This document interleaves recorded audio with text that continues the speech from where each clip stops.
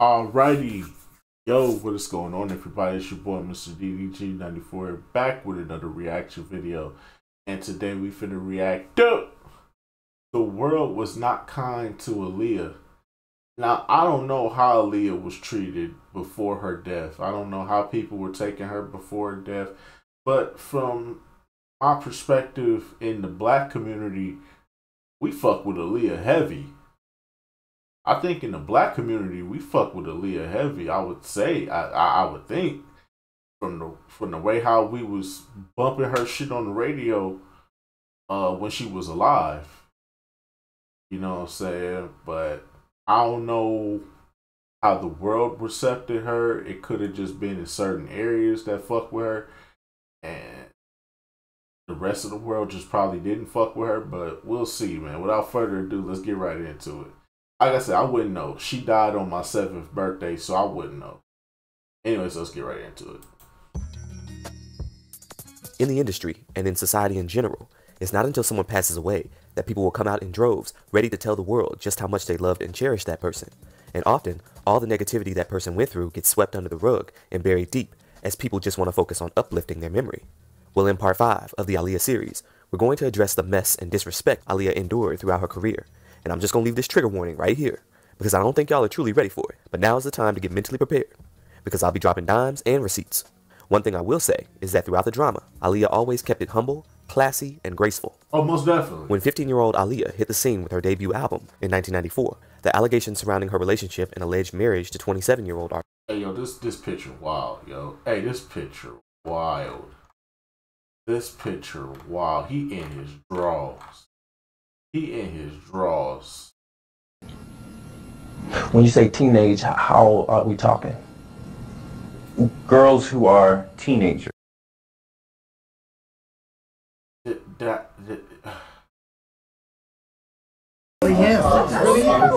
a victim. Here we go. Oh my God. What is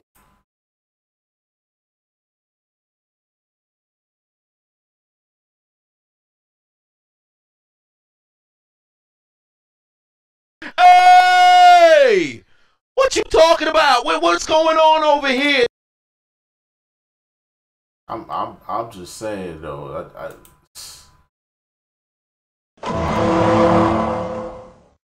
I'm just saying this picture is wild. You out of pocket, nigga. Fix that shit. Quickly.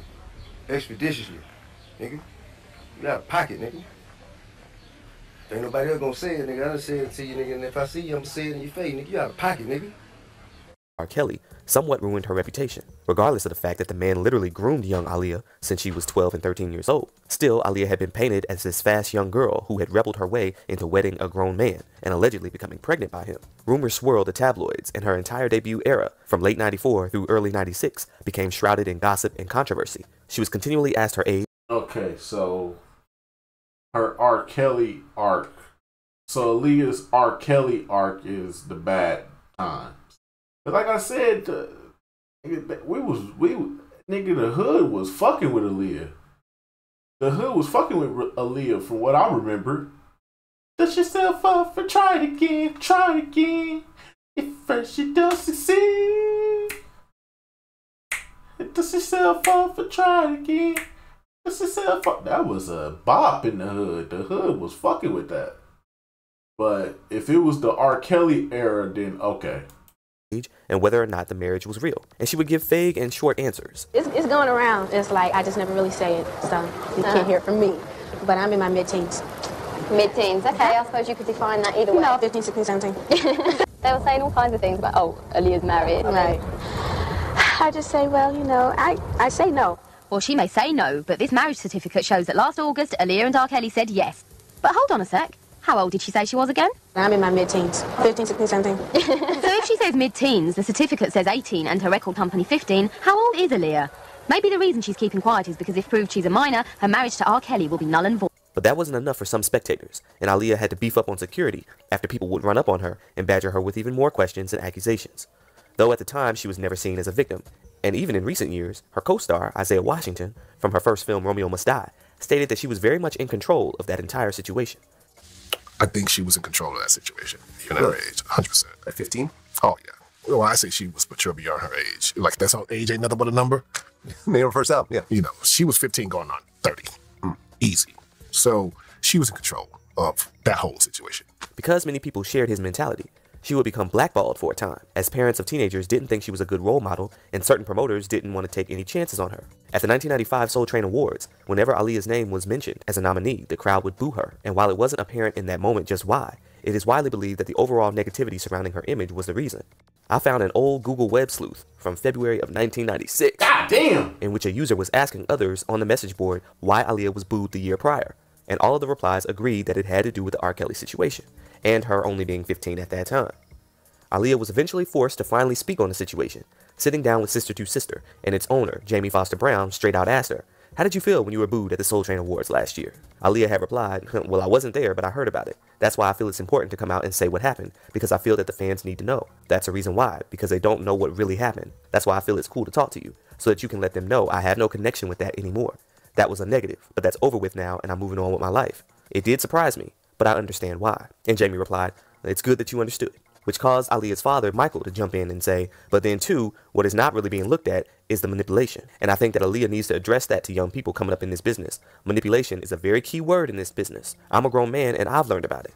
So I'm not coming like I'm all seeing and all knowing, but you can see that you can be manipulated, and they try to manipulate the press. The press could have gotten mad at Aaliyah. It was my decision to keep my daughter quiet. And you can quote that. Aaliyah is coming out now because we feel it's the best time, and she's coming out to a credible person like yourself. So she's here talking to Jamie Brown about what the real deal is. The real deal is that there was manipulation going on. Now around this time, Aaliyah would also catch a stray from R&B singer and industry peer, Brandy, who said in an interview that the way Aaliyah... Man, Brandy used to always talk shit about Aaliyah, but Aaliyah never jumped in that battle. She never jumped. CJ Cole, if you took the Aaliyah route, you wouldn't be in the position that you're in right now, J Fold. Come on, J Fold. You should have took the Aaliyah route. That's when that Brandy and Monica situation was going on. They tried to, well, not them. Monica didn't have no problems with Aaliyah. Brandy, for some odd reason, had problems with Aaliyah. And Aaliyah never jumped into it. Aaliyah handled it with class. She was like, you know what? I love her. I wish the best for her. I hope that one day we can make a song together and all this stuff. Yada, yada, yada. All love. All love. I don't want to dwell on that. She is so amazing. She is so this. She is so that. And she kept it classy and kept it pushing. But Brandy was on some other shit at that time. Brandy was trying to be the number one. That's her problem. She thought she was pretty much the Drake. She was the Drake in this situation. She was like, I'm trying to be number one. I'm not trying to whoop-de-woo and all this other shit. Dress was too grown, and that her mother would never approve, which is why she herself maintained a positive, age-appropriate image in comparison to Aaliyah. Now, Aaliyah, being the gentle, loving soul that she was, would take the high road in her response. Oh, you know what? I said that all the controversy was over, but there was one other thing. Brandy said some things that were said. Now, what did you hear what she actually... I caught wind of some of it, but I don't pay much attention to that. I think those were out here for all of us, so good luck, Brandy. Ladies are professional. Now after this, the two would meet and become very good friends. When Brandy won the award over Aaliyah at the Lady of Soul Awards that same year, Aaliyah would send her flowers and congratulations, and Brandy was taken aback by the kind gesture.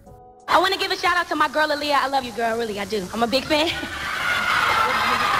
And I just want to say thank you. Bye-bye. But still, the industry tried to pit these two against one another.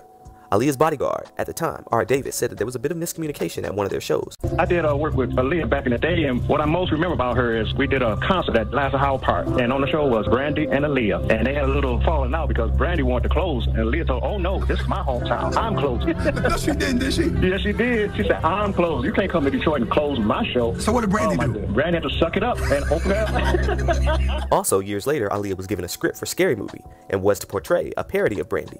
Well, one time I got sent the script actually for Scary Movie, but it was a little bit different when I received it. It changed a lot by the time they made it, and you know, it was a parody on Scary movies. And I know what you did last summer, and they actually had a character was the Brandy character, and they wanted me to play Brandy, and kind of do a parody of her. And I just, didn't actually like the script. I thought it was really funny, but I didn't want anybody to take like I was disrespecting her in any way. So I actually didn't do it, and it turned out to be a really funny movie. But that was like the weirdest thing that anyone had ever asked me to do. Okay. Thankfully, the two were able to maintain a cordial friendship up until Aaliyah's unfortunate demise. But in the meantime, she was still subject to scrutiny. She had always maintained an alluring mystique about her, which led people to speculate, because as Left Eye put it, if they don't have a story, they'll make one up. And because she wore her famous hair swoop throughout her first 2 albums, covering one eye, and wore sunshades on many occasions, people assumed that she had a lazy eye, or even a glass eye. The rumors got so bad that interviewers questioned her about it often. Tell us about the one eye thing. Everybody. One eye thing. There's been a lot of rumors about it, but my eye is cool. It's just I love to wear my swoop in my eye, so it's just a hairstyle, really. Well, cool. We're gonna shoot to your video right now. Also, the rumors about her being fast led some male rappers to think that they could just step to her any old kind of way, or insert themselves into rumors involving her. For instance, rapper Eminem, who is known for his vulgar and at times vile lyrics, would drop a joint called Get You Mad, in which he rapped a bunch of crude lines about different women in the industry in an attempt to get them mad. And in one line, he rapped, "All 3 of my main girls said see ya, cause Brandy and Monica walked in and caught me screwing Aaliyah." Now Aaliyah, Tim, and Missy would attend Eminem's album release party the year after, and it's been said that she made him apologize for what he said, even though he getting added to the list. I didn't know this. This is news to me. I didn't know this. Getting added to the list. I'm almost done with that video, by the way. Reasons why rappers I hate for petty and valid reasons. This is getting added to the list now. Now I gotta add more to it.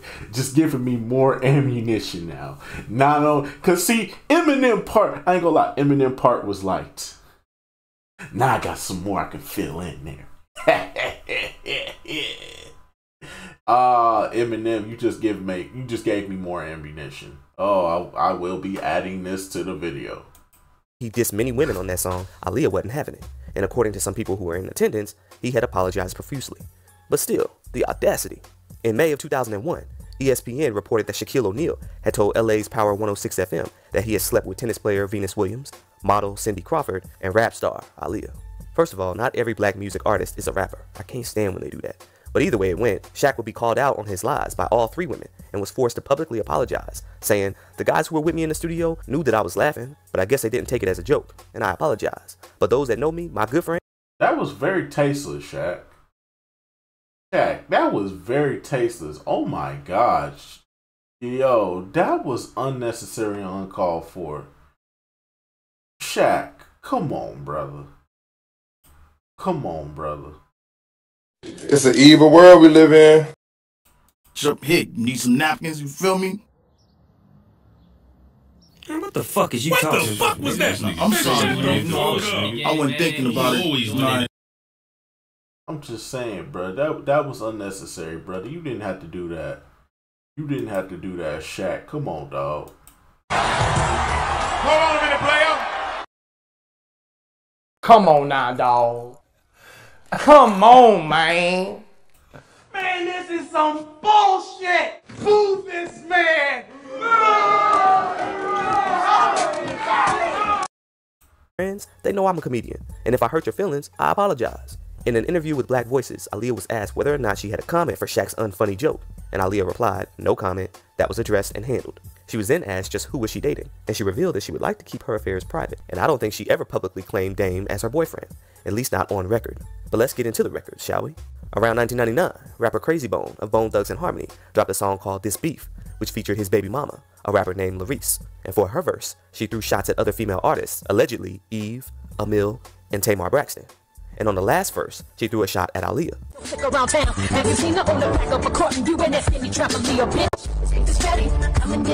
Now, Aaliyah had been on tour with Bone Thugs and Harmony for the Superfest in 1997, but outside of this, it's not known the correlation between the two parties. Clearly, this was some behind-the-scenes drama going on. Also in 1999, Aaliyah and Static Major would go on to produce a song called Loose Rap, which would later appear on her 3rd album. And on the breakdown, she sang, "Too many times I hear you try to knock in my crew. Well, we got something for all the fools. It ain't just rhythm and blues. If you just quit trying to compete, no telling what you could be. Might even be doper than me."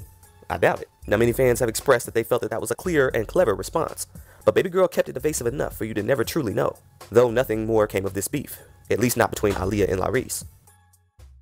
Now, as far as the other artists mentioned, it's not entirely clear. And of course, Aaliyah had her fair share of awkward moments on the camera.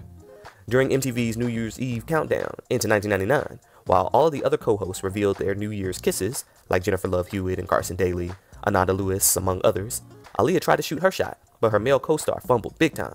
Who's your fantasy smooch at midnight? How about you? Oh, you're such a liar, but I love it. I love it. We'll see what we can do, Aaliyah. She's lying. Who you trying to kiss? You are. Oh my God. Yo. Ain't no way. Ain't no way. Ain't no way. Ain't no way. Ain't no fucking way. Hey, boy, ain't no fucking way, boy. Boy, ain't no way, boy. Boy, ain't no way, boy. Boy, ain't no way, boy. Boy, ain't no way, boy. Boy, ain't no way, boy. Boy, ain't no fucking way, boy. Dummy, yeah. Dummy, yeah. Yeah. Dummy, yeah. Yeah. Dummy, yeah. Yeah. Dummy, yeah. Yeah. Dummy, yeah. Yeah. Dummy, yeah. Yeah.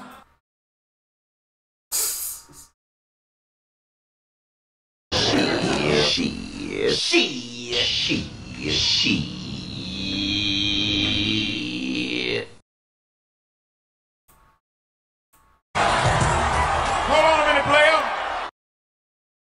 Oh, tripping. Boy, you was tripping that boy. Boy, you was tripping that night. Boy, I would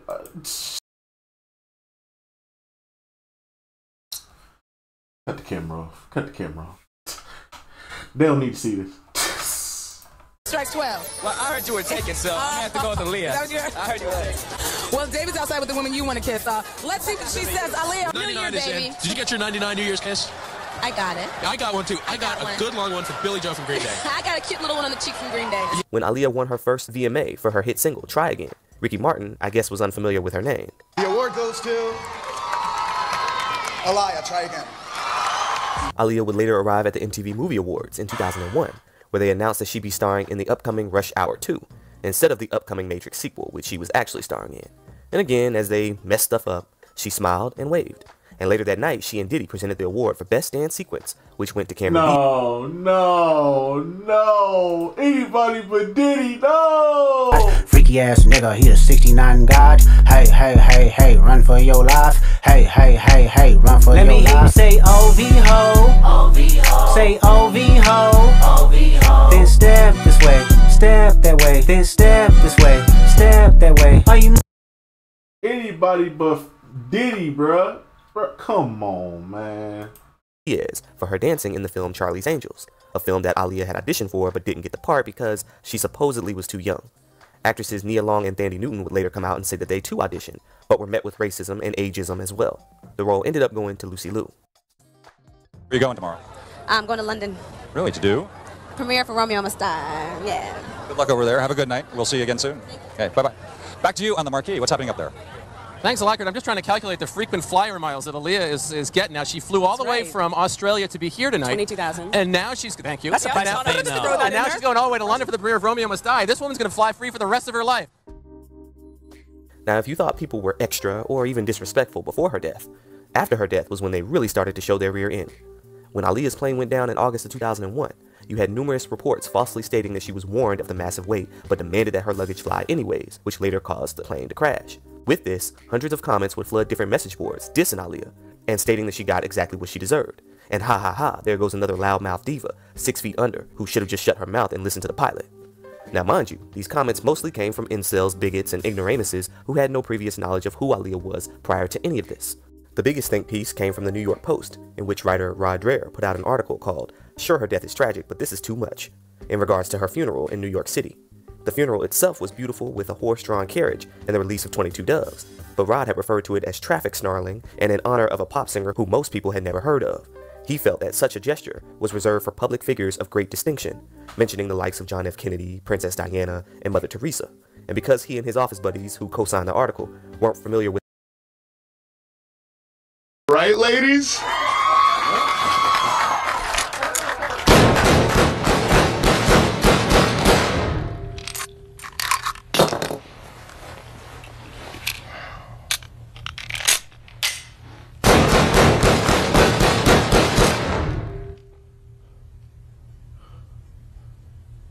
Who killed Hannibal? With Aaliyah's work, he didn't feel that she was of importance enough to receive the funeral and that it was as a result of extreme celebrity worship. He also quoted her lyrics from I Care For You and Hot Like Fire as being somewhat lackluster when compared to the poetries written by the great Lord Byron, someone he felt was far more deserving of the grand funeral he had received. And he also felt that, quote, the family of Aaliyah, a beloved daughter but undistinguished singer of forgettable pop songs, does the poor woman's memory no favors with this tasteless gesture. Now, the New York Post is huge, and when the black community got a hold of that article, they lit a fire under his ass. Over the weekend, his voicemail racked up over 200 angry voice messages filled with threats, as they knew where his office was and what he looked like because his picture was posted with the article. The office got floods of emails requesting that he be fired and that the Post redact the article, or at least issue an apology. Something. But the editor-in-chief, Colonel Allen, was quoted as saying, I stand by Rod Dreher. He had a right to express an opinion. Oh, the black community was not going for that. And the leader of the pack, Reverend Al Sharpton, had put out a statement saying, I'm outraged, and I think all decent people are outraged. He held a press conference following a rally honoring the memory of Aaliyah at his Harlem headquarters, in which he also said, we will bring down anybody who tells us how to mourn our own. To say that she was less than someone else is abysmal, insulting, and racist. What do you mean horse carriages shouldn't be used? Doves shouldn't fly. What you really mean is that we should have a nice little Negro funeral. He then called on the Post to apologize to Aaliyah's family and the black community and take measures against the writer and all of those who approved the column. Rod would fire back, however, stating that he would have said the same thing had it been Paul McCartney, Madonna, or Britney Spears, and that he should have used Martin Luther King as an example of someone who was deserving of the grand funeral. It's always MLK that's the example. Like, he's always the go-to when someone wants to claim they're not being racial. But anyway, by the following week, his answering machine voicemail went as followed. Hi, it's Rod Dreher at the New York Post. If you're calling about the Aaliyah column, press 1 to leave a death threat, press 2 to leave a BOMB threat, press 3 if you want to get me fired, press 4 if you wish to use profanity. And the list went on, all the while encouraging his callers to speak as grammatically correct as possible. The little stinker. And the New York Post had to double down on security and post guards outside the newsroom. Rod, who went on to blog for the American Conservative, would years later publish an article on the site titled The Cost of Sanctimony, where he stated that for over 10 days he was in paranoia, keeping his head down when riding the subway to and from work, and how whenever he was in public and a black man came within 10 feet of him, he thought, could this be one of the people who made threats to me? And ultimately he had to take time off and stayed locked up in— All you had to do was apologize. All you had to do was apologize. That was so fucking tasteless and so fucking unnecessary. It doesn't matter who it is. Let people mourn the way they want to mourn. People grieve different. You gotta have sympathy for people who grieve, bruh. If you ain't got no sympathy for people who grieve, we can't have no sympathy for you, nigga. So if a nigga do stab you up, a nigga do fuck you up, a nigga do come at you and get you with the business, all you gotta do is apologize. You asked for this. Just apologize. Now you gotta live with that paranoia. Oh, black guy. Oh, black guy. Oh, there's another black guy. Oh, I'm in trouble. I'm in trouble. I'm in trouble. Dumbass boy, what you expect? Watch your fucking mouth.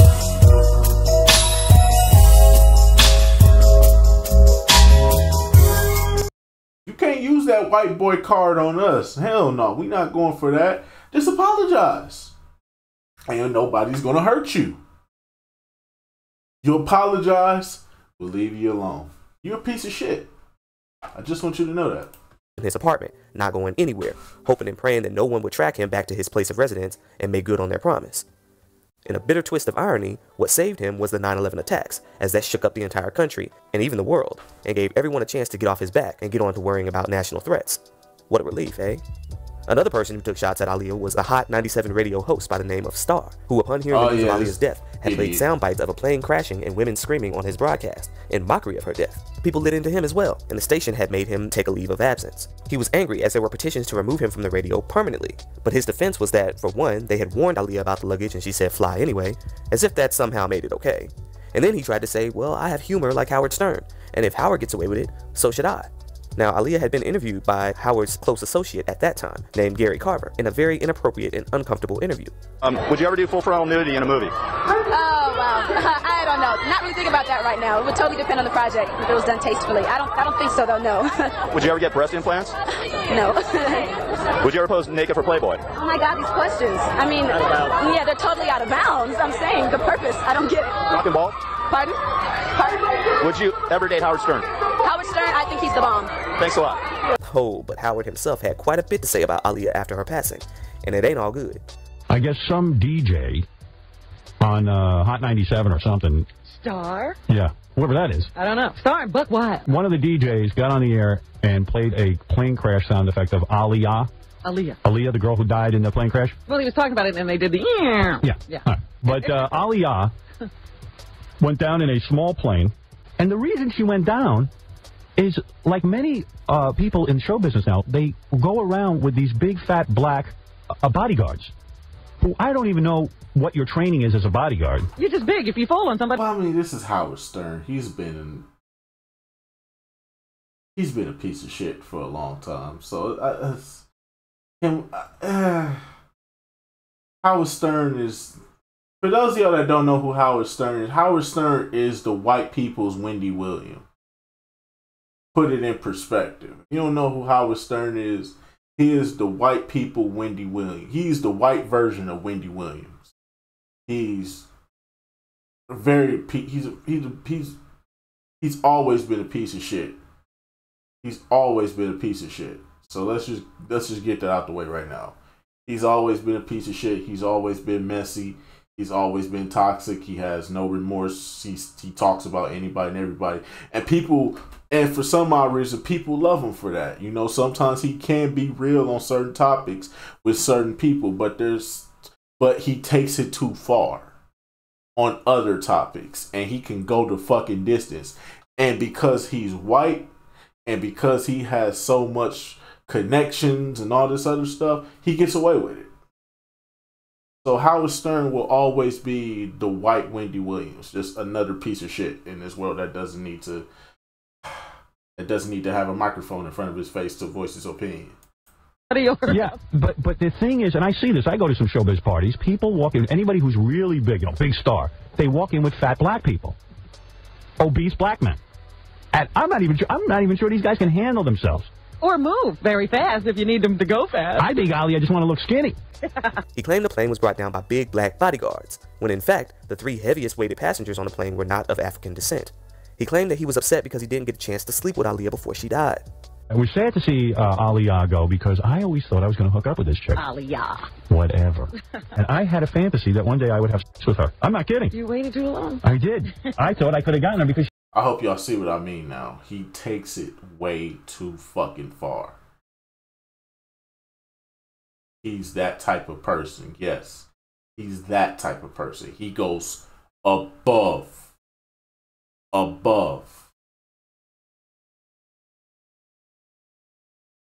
He goes above.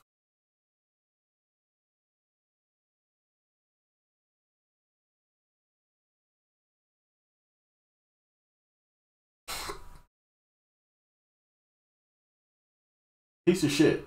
Piece of shit. That's all I'm gonna say. Piece of shit. She had nice things to say about me. There's a lesson here. Don't wait. And if that wasn't enough, Aaliyah's boyfriend, Dame Dash, and business associate Jay-Z, co-founders of Rockefeller Records, had so much beef with other dynasties at this point that the death of Aaliyah had become an easy low blow for opponents to just throw out in their rhymes for shock value. In their heavily publicized beef with the Lox, a rap trio that was not to be played with, things would get heated when group member Jadakiss responded in a diss song called Jigga That Nick, where he rapped, "But this is a man's world. Y'all Nick keep effing with Kiss. I see to it you visit your man's chick," followed by the sound of an engine, which could be described as belonging to a car or a plane. You can find out if the Gates is early, basically responding to Jay-Z, saying that they was gonna send him to be with Aaliyah up in the heavens. And rumors also swirled for many years that another member of the group, rapper Styles P, dropped a diss where he rapped, rock the boat, now it's one less chick in a Rocawear coat," which was so disrespectful. But it later came out that the dudes on the record were actually some underground cats who were mimicking Styles in an attempt to drum up some drama. Styles himself was quoted as saying, "I just heard it, and all I have to say is, when did I ever have that flow? When was I ever whack?" Over the years, as debates have gone on about whether or not Aaliyah would be relevant, and as fans fought for her music to be released on platforms, her legacy would be tainted by a pathetic Lifetime movie, and when they tried to do something nice, like release a MAC collection or a wax figure, people would use the MAC collection to draw on the wax figure, and eventually vandalized it, causing Madame Tussauds Wax Museum to take it off display for a few months. Thankfully, it didn't stay away forever, but damn, this is why we can't have nice things. Now, a new Aaliyah album is on the way. We shall see what surprises it holds. Hopefully they won't taint her legacy any worse than they already have with the previous releases, like that crappy single that they did with The Weeknd. Oh man. Anyways, this video was just a peek into some of the many negative ways that baby girl and her namesake were treated over the years. Let me know in the comments if I forgot anything, or list any other negative stories that you heard where people were disrespecting baby girl in the comments below. Oh, and I will be dropping a part 6 at some point later in the year. Just what about? You'll have to find out. But for now, this is Justified by Jury. Y'all know how to hit that like and that subscribe. Alrighty, man. So that's just gonna about do it for this one. I did not know people treated Aaliyah like this during her time. I didn't know, cause like I said, in the hood, it was all good with Aaliyah. Whenever Aaliyah came on the radio, I turn that shit up, cuz. Dust yourself off and try it again, try it again. That's my shit. Aaliyah was good in the hood, but apparently outside of the black community, yeah, you can see yeah, even in her death, wow. Pieces of shit. Anyways, though, that's just gonna about do it for this one, man. I will see you all in the next video. I did not know they treated Aaliyah like this. I need to decompress. Goodbye.